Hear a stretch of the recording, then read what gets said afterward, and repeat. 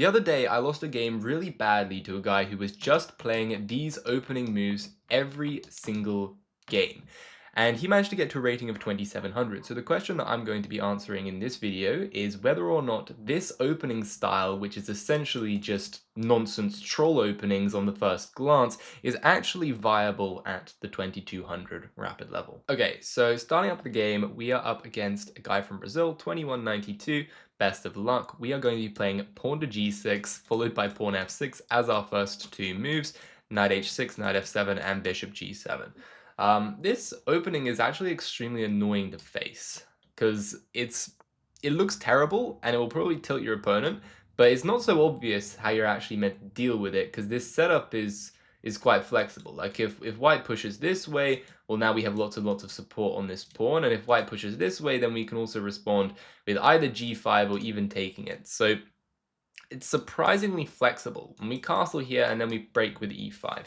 This is the main idea. We get all of our pieces lining up on this e5 pawn. And I kind of think that this way of playing is sort of like a better version of the London system. My reasoning for that is that in a London system, you get to play your kind of setup of moves.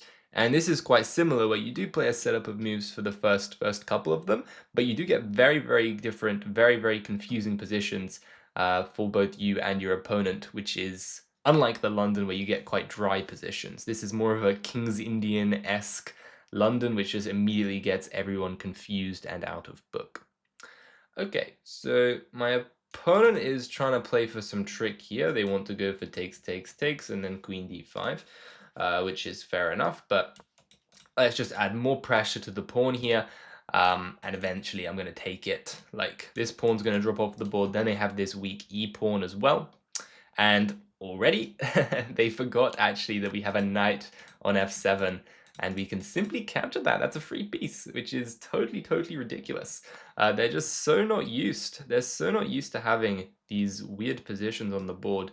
I reckon let's just capture this to keep it simple. But yeah, they were just so confused by this position, not used to having a knight on f7 here, which would protect the g5 square. And now I'm just completely winning, yeah? So I'm going to go over here. If they try queen f7, going for this queen g8 mate, then I can just drop my queen back to d8, and I see absolutely no problem whatsoever. This is covered.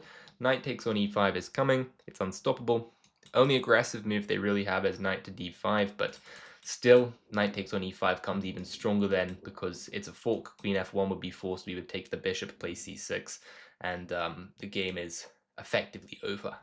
So yeah, pretty surprised to see this opening working so well at 2200 level. I will say, actually, I tested this out in a blitz game a little bit earlier on my main account, and my opponent blundered a very similar thing. They put something on g5 where the square was actually protected, just because they forgot that we had this knight on f7, which is quite funny.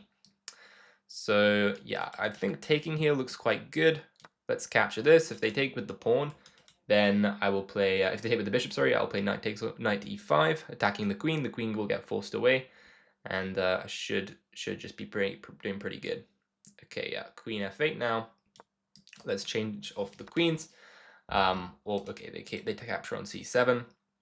This is still no big deal. I can stick my knight over here, try and take on c2 potentially. There's also queen c5, which technically wins a bishop, but it's a little bit sketchy because they'll have this check over here, which I can go for takes, but it doesn't work because I'm going to get mated eventually with blocking with the bishop, and they will take with the queen, and that would be a checkmate. So I don't want to allow that. Instead, I could also play bishop e5, I guess. Actually, their queen is close to trapped now that I look at it on bishop e5. Do they have rook d8? Rook d8 I just take with queen, actually. There's no deflection. Wow, queen is looking quite stuck. That's very funny. Yeah, the queen has literally no escape. Wow. Okay, let's play bishop e5. Very cool. Very cool. Yeah, I mean, I didn't see that when I played queen f8. I was just trying to exchange the queens, and I wasn't too bothered about this pawn dropping because they already sacrificed a pawn back to us. But looks like the queen is actually just stuck.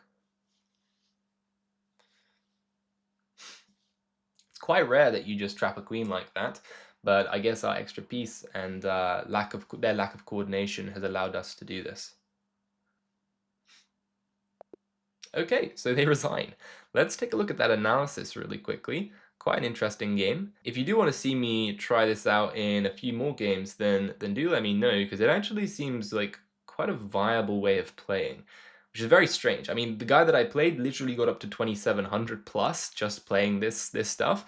And the thing is, it looks like complete nonsense, but it's actually very hard to punish. I might have to do some serious analysis into how to actually beat this line. Okay, so we played that one at an 85.2 accuracy. Obviously not particularly impressed with our opening position, but as I said, it's not super easy to punish. Hold on, let me just flip the board.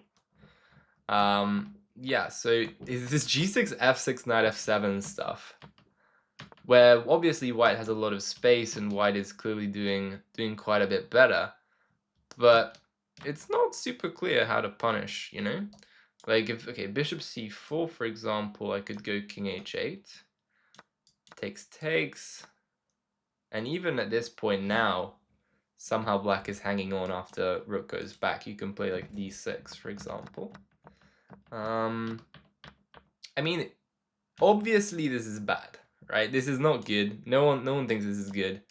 Like king goes to h8 here, and it's saying bishop takes on f7 is pretty much like the critical refutation, but it's not insanely obvious, right? Like there's knight b4 going for this fork, queen d2, and yeah, I'm starting to see now we have big problems with this bishop here.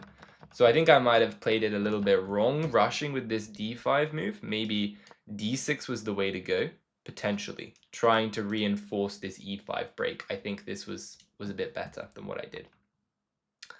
But yeah, we obviously made a mistake. I mean, I made a mistake, but they simply blundered. They weren't used to the positions, right? This is the benefit of taking your opponent out of theory very early on. Now, obviously, I'm not saying that if you start playing this troll opening that you're suddenly just going to start winning all your games and every opponent will blunder a piece on g5. I'm not saying that, but what I am saying is that these openings are not so bad. This also shows that a lot of rigorous opening study is probably less important than just trying to get a feel for weird positions or just taking your opponent out of their comfort zone. They're a lot more likely to blunder than if they're playing the same thing they've seen hundreds and hundreds of times before. And they just won't have time to refute you in like a rapid game or shorter. But yeah, they did blunder, of course. Then from there it was pretty smooth sailing. Yeah, bishop e5, and they got trapped. So definitely an interesting game. Hope you guys found that useful. Maybe you can try out this weird troll opening in your own games. Not quite as bad as it looks. Get your opponents a little bit tilted, and hopefully get some complicated games, at least getting you both out of the theory books. So yeah, if you watched this far, thanks very much for watching, and I'll see you all in the next video. Bye!